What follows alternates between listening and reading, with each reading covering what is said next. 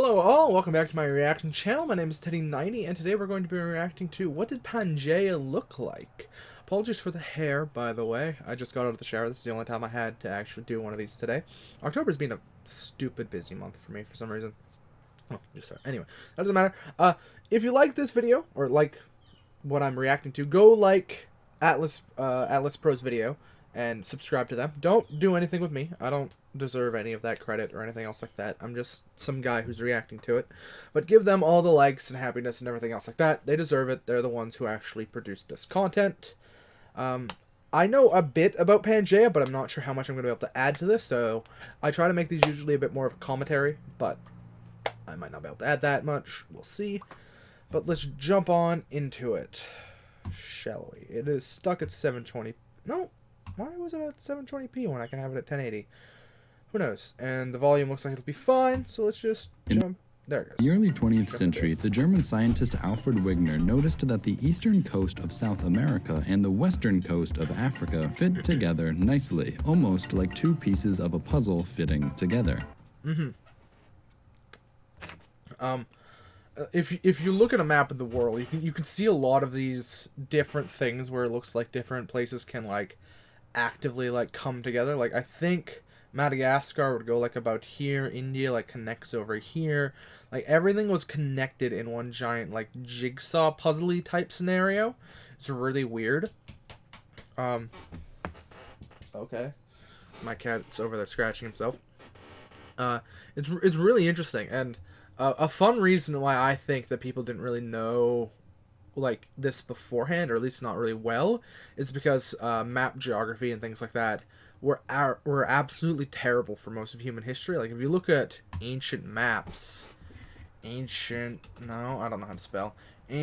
world maps. Can somebody explain to me why who always pops up here? It's actually incredibly irritating. But if you look at it, like most of these maps are actually kind of god awful.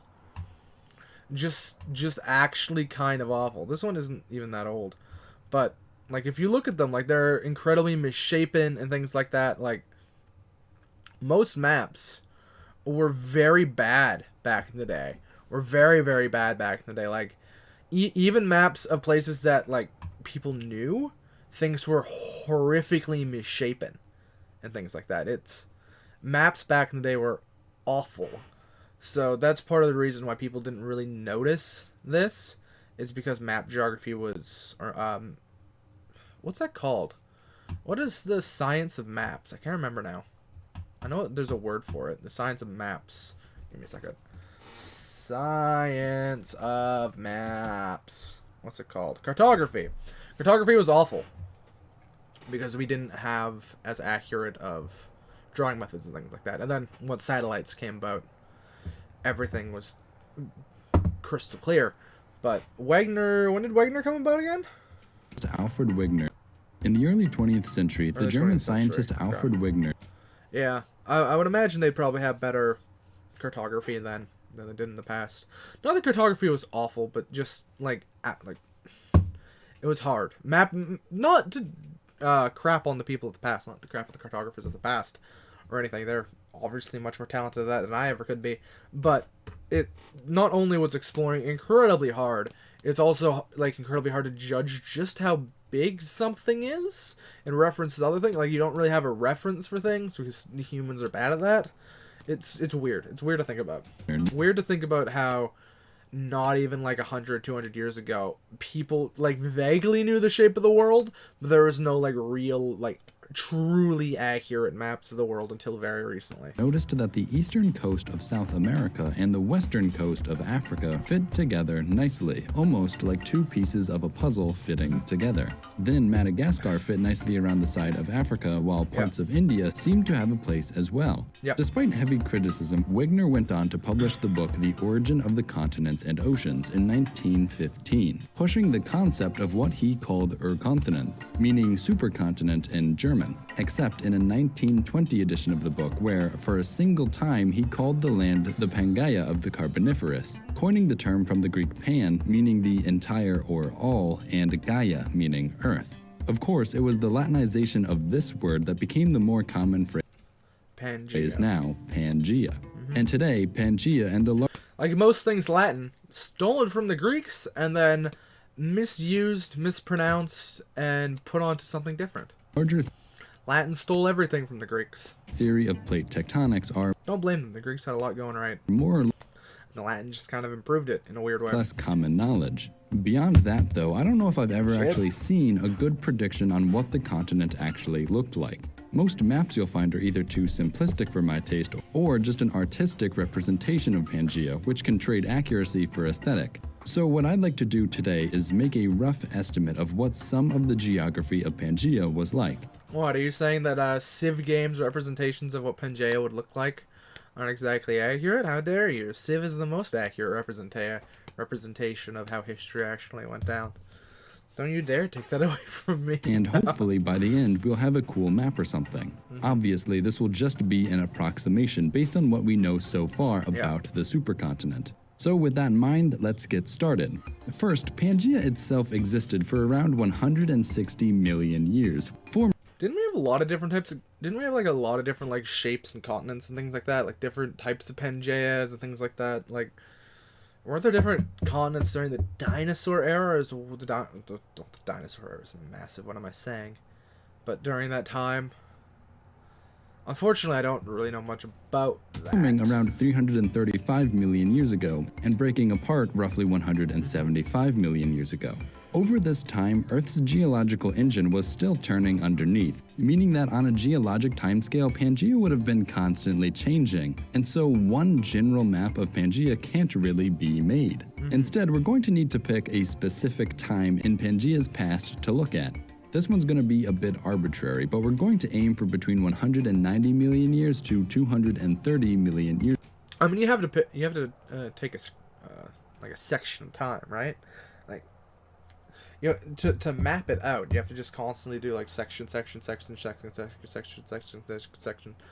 because like because it's so far in the past. There was so many 100 million years, like you just kind of have to do that. Years ago. This was around the time of the Triassic-Jurassic extinction event, during which 20 to 30% of all marine species went extinct. Is that the meteor one? I don't know much about dinosaurs. I like dinosaurs as a kid, but unfortunately I don't know much about them.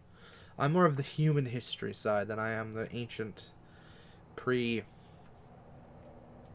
side of history. For this time, the most accurate map for Pangaea I could find was this one. But using this, we can now begin to look at specific features. And to start, I'd like to look at some of the mountain ranges that would and would not have existed during this time. For starters, nearly every major mountain range on Earth today had not formed yet. The Himalayas, for example, only began to form 50 million years ago when India collided with Asia. Isn't that crazy to think about? The Himalayas are only like 50 million years old. And saying 50 million is insane because humans have only been around for what, 200,000? Something like that, or at least like sentient. And writing is only what, like a couple thousand years old? Human history is ridiculous, man. And overall, like, we're such a tiny, minuscule part of our planet's history. It's insane. It was the tearing apart of Pangaea that actually gave us many of our mountains. And the reason these all happen to be our tallest is because they haven't had enough time to erode. So I'm pretty sure I'm wrong about both of those time periods. When did humans appear? There it goes. 66 million years ago, but when the first humans, about 200,000 years, 200,000 years ago. They first appeared at 66, but that's, wait, what's, that would be like our most, like, ancient ancestors, wouldn't it? Yeah. It wouldn't be us. Mammalia. Yeah, so primates. Yeah, primates came about this time, but humans only really came around pretty recently. Yeah. And then when was... I'm happy I actually got that right on the nose. 200,000 years. I'm happy I got that right on the nose. When was writing invented? I'm going to guess a couple thousand years ago. 32. Yeah, a couple thousand years ago. Cool. First owned 3500 BC, so about 5,000. Bad at math. Bit over 5,000 years. Yeah, because it's 20th century. So remove 2,000 and add 3,200. Yeah, yeah, about 5,010-ish years. Weird. Because writing was realistically when humans really started. Human history really started was when writing started, which is an arbitrary start date. I recognize, but you have, like all things, you have to pick an arbitrary start date, and starting history when people can write and actually have facts about things is the best, in my opinion, way to start. Writing, I personally dislike oral histories because most oral histories are complete lies, or at least 90% lies. And then there are some facts in oral histories, but most of them are lies. Not that books are much better, but books are slightly less lie than oral histories. So that's why I tend to dislike them, because every time it's like, oh, this was like an oral Viking saga, and it's like, ha, most of that's a lie. Like, it's Leif Erikson. That's not how you pronounce his name. Leif Erikson? I can't remember how you pronounce his name. The guy who landed on Canada. You know what I'm talking about. It's all like, he was the first one who landed, and it was like the traditional Viking saga, and it's like, that's probably not how that happened. Like, almost guaranteed that's not how that happened. That's just a fun, simplistic way of what actually happened. It was probably... he might have been involved, but it's weird, because it was an oral history, and you can't actually trust it. Because most oral histories are like fables, like, this god did this, and this flood happened, and it's like, maybe that... And then you find evidence of the flood happened, and it's like, well, everything else in that oral history was a complete lie. But that was correct, I guess. Yeah, anyway. So, in my opinion, human history started when writing occurred. Because that's when we could actually, start things.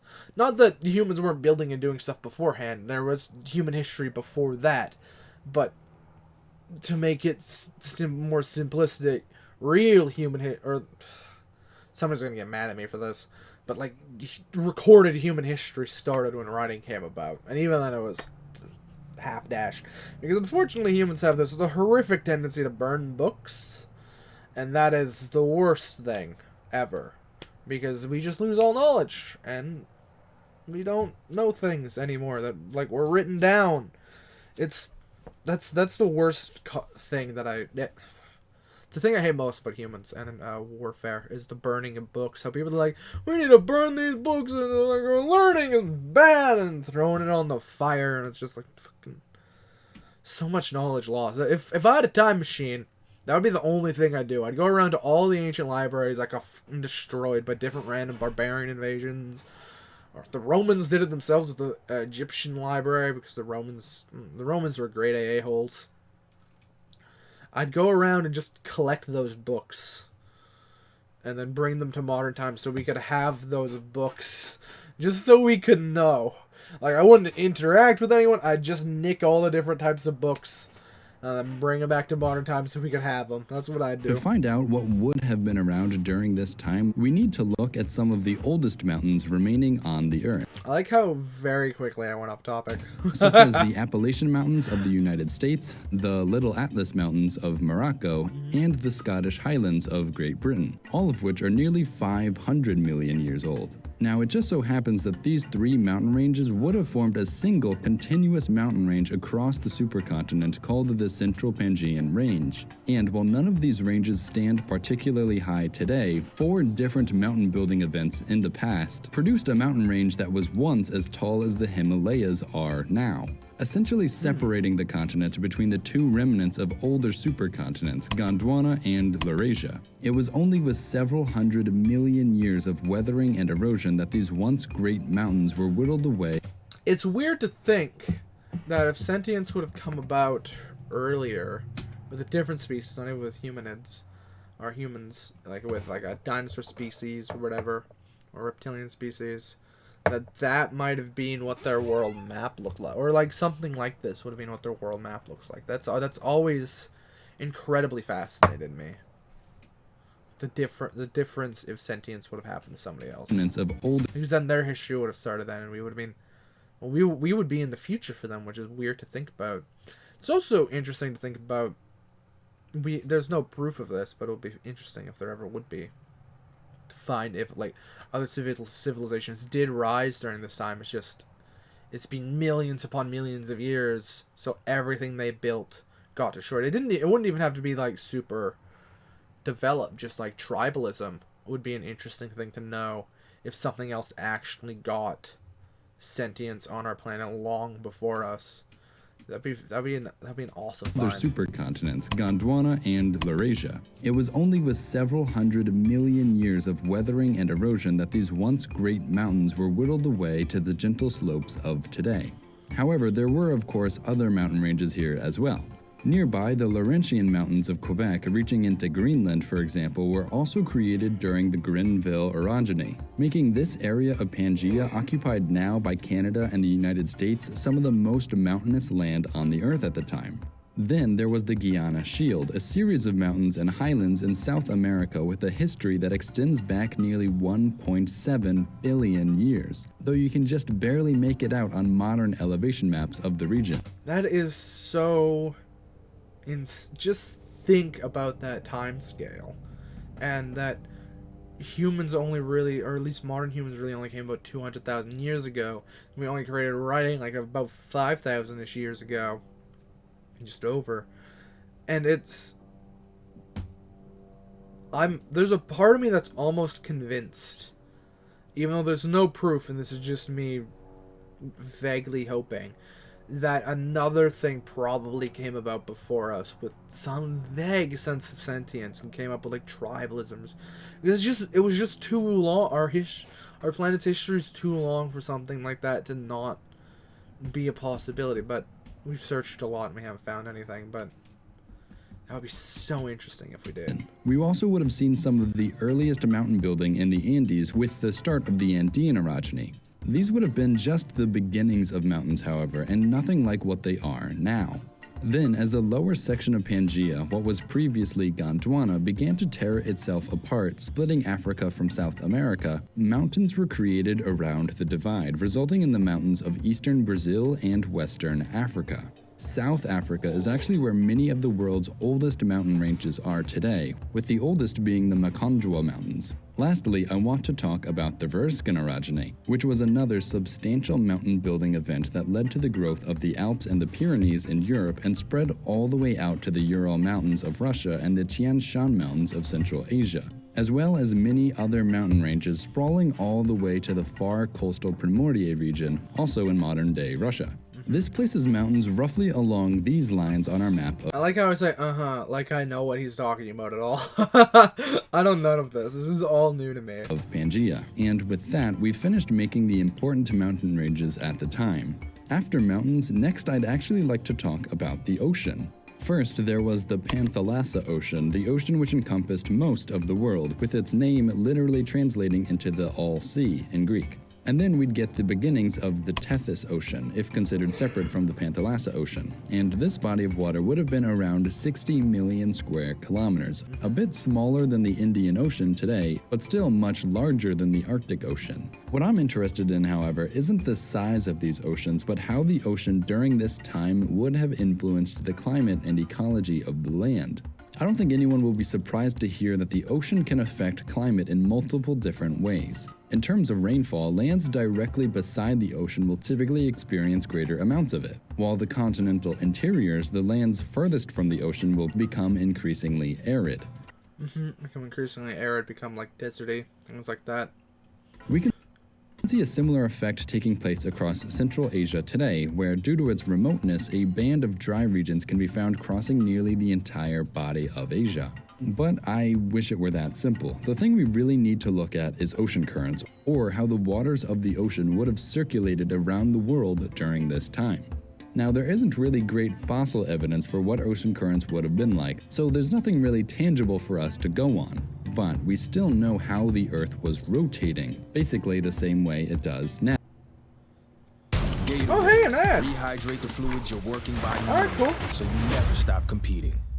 That was a short ad. Oh, the Here's sewer to one. the straggly ones. The lopsided ones. Now, I usually let ads run, so I'm going to let these ads run. He deserves all... Or, I don't know who makes... I don't know if it's a group or anything. They deserve all the money they can get from ads, so I'm going to let these ads run. The first ones. Yeah, I miss my beard ones. But hey, I look good with this ones. He does not look good with that one. It's about to come November, though. Maybe I should trim my beard and get rid of it for preparation or something. Probably not, though. My beard looks good, though. Kind of patchy over on this side, though. I'm looking at it. But no way he's grown that in a week ones. The black, brown, red, and gray ones. The, that one. The itchy ones. The never forgotten ones. The ones grown by Dad. The ones grown for Dad. The started late ones. The absolutely filthy ones. The drawn on ones. The finger ones. The pin ones. The I nearly didn't do it this year ones. And the yeah, why not ones. They all raise awareness, raise funds, start conversations, and save lives. Because whatever you grow will save a bro. Sign up now at Movember.com. Whatever you grow will save a bro. This is my mustache, and it's pretty bad. And because of this, we know that the wind It's not patterns great. across the Earth would be virtually the same as they are now, meaning they'd look like this. Now, it's the winds that push surface waters around, so knowing these winds, Alright, yeah, we were talking about continents. we can reconstruct a general schematic for water circulation, at least at the surface. First, by the equator, both winds from north and south push the water in a westerly direction, creating an ocean current moving to the west across equatorial waters. Because it's at the equator, these waters will also be warm water currents, which will be important later. This equatorial current would continue flowing westward from the Pangaea Ocean, pushing warm water into the Tethys until it reached land. Where this happened, the waters would have been diverted around. In the northern hemisphere, this sends water upwards and eventually back out, cooling down in the process. In the south, well, a similar thing happens as the water deflects and cools down a little before getting sent back east. Tracing these water movements onto the other side of the continent, we'd still have that westward moving current at the equator due to the trade winds. In the north, this current would have mostly deflected downward, with some of it straying into this northern inland ocean area. The downward flowing waters would begin warming back up, eventually joining the equatorial current, completing the northern ocean gyre. In the south, the current would have to travel a bit further until it came into contact with this shoulder of land. Here, the waters would divert around as well, with some of them traveling back up north, again warming in the process. And then some of the water would also divert to the south and travel as cold water across the southern end of Pangaea until joining with the currents here and keeping on eastward, completing the southern ocean gyre. And there you have it, a basic illustration of what the ocean currents that interacted with the lands could have looked like. Lastly, and I'm not going to really explain why, there would have been a yearly equatorial monsoon season, blowing great amounts of rain from the Pangaea into the Tethys, inundating many of the lands surrounding the Tethys Ocean with great amounts of water. Knowing these simple characteristics about the Earth and its ocean at this time, we're almost ready to start figuring out the land cover. But before we do that, we need to know how different the conditions of the Earth would have been compared to what they are now. Firstly, 200 million years ago, average carbon dioxide levels would have been around 1,850 parts per million in the atmosphere, compared to 400 parts per million we're hovering at today. Meaning the CO2 concentrations around this time would have been about 5 times greater than what it is today, and 6 times greater than what it was before the Industrial Revolution.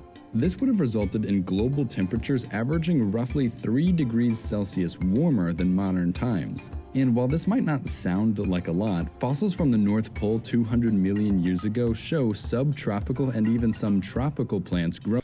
So it would mean a lot more tropical then. It would have been a lot more of a tropical world. It's like if you would have set Civ on a Pangaea tropical setting. I mean, that kind of makes sense, having monsoons, all that hot water. The south and north coast would obviously be pretty cold, kind of like it is. Is that, well, depends on the positioning, I guess. But the north would obviously be cold. That's weird. Weird to think about. Here, and there's absolutely no evidence of glaciers or really any. Yeah. Right now we're at the end of a long lasting ice age, and we are rather abruptly knocking ourselves out of it. With global warming, we're knocking ourselves out of it. But this would be during the time of not an ice age, so this would probably be a big old forest. So if something would evolve during this, it would be like a forest type species. I'm now thinking of Stellaris and like jungle worlds and things like that. Which this would be, it'd be a jungle Pangaea. Weird. Any ice And yes, I know I'm a nerd. Go look up Stellaris if you haven't. Great game. Expensive. existing on Earth at Well, the base game isn't, but for it to be playable, you need the DLCs. Because paradox. this time, besides maybe within the mountain ranges.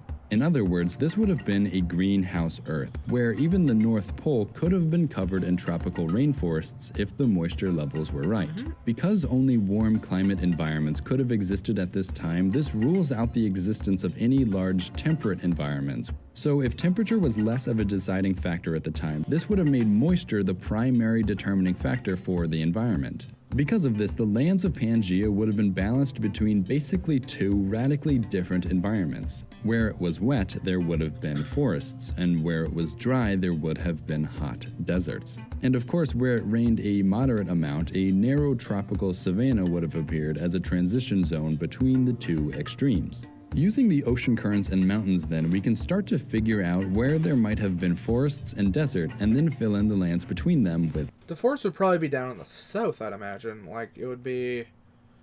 The forest, the deserts would probably be in the middle. The deserts would probably be in the middle here. Or, like, up here, just past the equator, because this would probably all be jungle.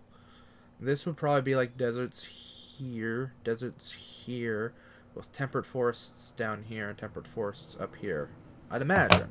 I might be very wrong, Savannah. though. To start, I'm first going to look at the ocean currents. Cold water evaporates That is based on no facts. very little, producing very low levels of moisture in the atmosphere, which in turn produces only small amounts of rain. So beside lands with cold currents running along them, I'm going to put deserts. Oh, okay. I got that very wrong. Why was there deserts on those coasts? At the ocean currents. Cold water evaporates very little, producing very low levels of moisture in the atmosphere, which in turn produces only small amounts of rain. So beside lands with cold currents running along them, I'm going to put desert. Huh. So the northern... I guess... Okay. Inversely, where the surface waters are warm, evaporation occurs more readily, filling the air with moisture which eventually The equator would obviously be a tropic. falls back to the surrounding earth as rain. So wherever warm waters flow beside the land, I'm going to make into forest. These trends still clearly exist to this day, by the way, like off the coast of California where cold ocean water moves, turning the land here pretty arid and creating environments like the Mojave Desert. While on the other side of the US, warm Atlantic waters flow up from the Caribbean, resulting in a much more humid eastern United States. This is also true for South America, Africa, and Australia. However, I mentioned earlier that the further into the interior you go, the likely the drier it would become. So I'm also going to push the deserts further into the interiors where they already exist. On the opposite end of this, as I mentioned before as well, a seasonal monsoon would have come into these lands, sending moisture further inland, likely pushing the forests at the equator deeper into the continent. The forest would likely extend all the way to the central Pangaean mountains, but no further, making one side of the mountain range extremely wet and rainy, while the other side dry and desert. Again, we see this today in places like India, where moisture is brought all the way up until the Himalayas, and the lands on the other side, like Tibet, are extremely arid. This is called the rain shadow effect. So You can see that in South America as well with Andes. the equatorial forest would likely not have crossed over the central Pangaean mountains. This also would have prevented Like Chile, Peru, the westernmost side of those, are incredibly dry and arid, while the eastern side of those are incredibly wet. Brazil, the forests rainforest. from moving too far into western Pangaea. Lastly, I'm going to place narrow savanna regions around the edges of the land, as the ocean usually acts as a moderating force for temperature and humidity. So in the end, we get a map that looks like this. And using this, I can use satellite maps to add a little texture, and that's about as good of a map as I can create without any more information. And the only better method I can come up with is to collect all the plant fossils dating back to around this time, determine what type of environment these plants would have grown in, and use them to reconstruct the landscape of Pangaea. But something like that is a job for more than just one person, and would actually require pretty substantial collaboration, so that's where I'm going to need to stop. I hope you enjoyed this video, and if you'd like to keep seeing more like this, I suggest checking out my Patreon. I don't do sponsorships on this channel, so it really helps to get a reliable source of income, and lets me plan things further into the future. Plus, you could get your name up here at the end of my videos like all these people. If not, well, maybe then just subscribe and let me know if you have any ideas on how to improve the map I made in this video. Maybe if there's enough additional things to look at, I could make a follow-up. Other than that, thanks for watching. That was a great video.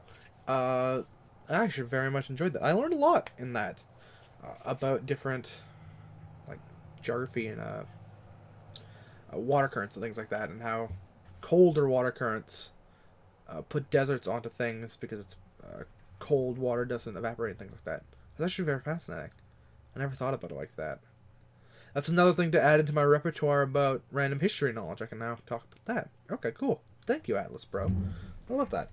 If you like this video, if you liked his video rather, or their video, it's just, I think he just, yeah, it's just him. If you liked his video, go like his video and go sub to him. Go join his Patreon if you have the money. That he obviously deserves it. He deserves all the love and happiness and joy in the world. He deserves all. He deserves it all. If you liked my, I don't even know, was this more of a commentary or reaction? Whatever this was, if you liked my take on this and watching me learn along with you, then give me a like, give me a sub, things like that. Yeah. Go join my Discord. Go join my Twitch. I don't stream as much as I used to because I have a job. I have a job again, but I'm gonna try to get back into it more. But I can't promise continuous anything ever. I'm bad at making. I'm bad at commitments.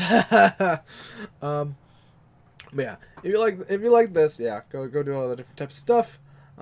Is there anything else? If you didn't like this, please leave it in the comment as to why. I very much appreciate knowing why people dislike things. It helps me learn. In a couple other videos ago, I had somebody who clearly didn't like a few videos ago. A lot of people really didn't like it, so I hope I did better this time around. I don't really know. I hope so. Apart from that, I love your faces, love butts and happiness, and all that other good stuff. I'll see you in the next one. If you have any videos you think I should react to or respond to or whatever, please leave them down in the comments and everything else like that. Yeah, I love your faces, and I'll see you in the next one. Bye, lovelies.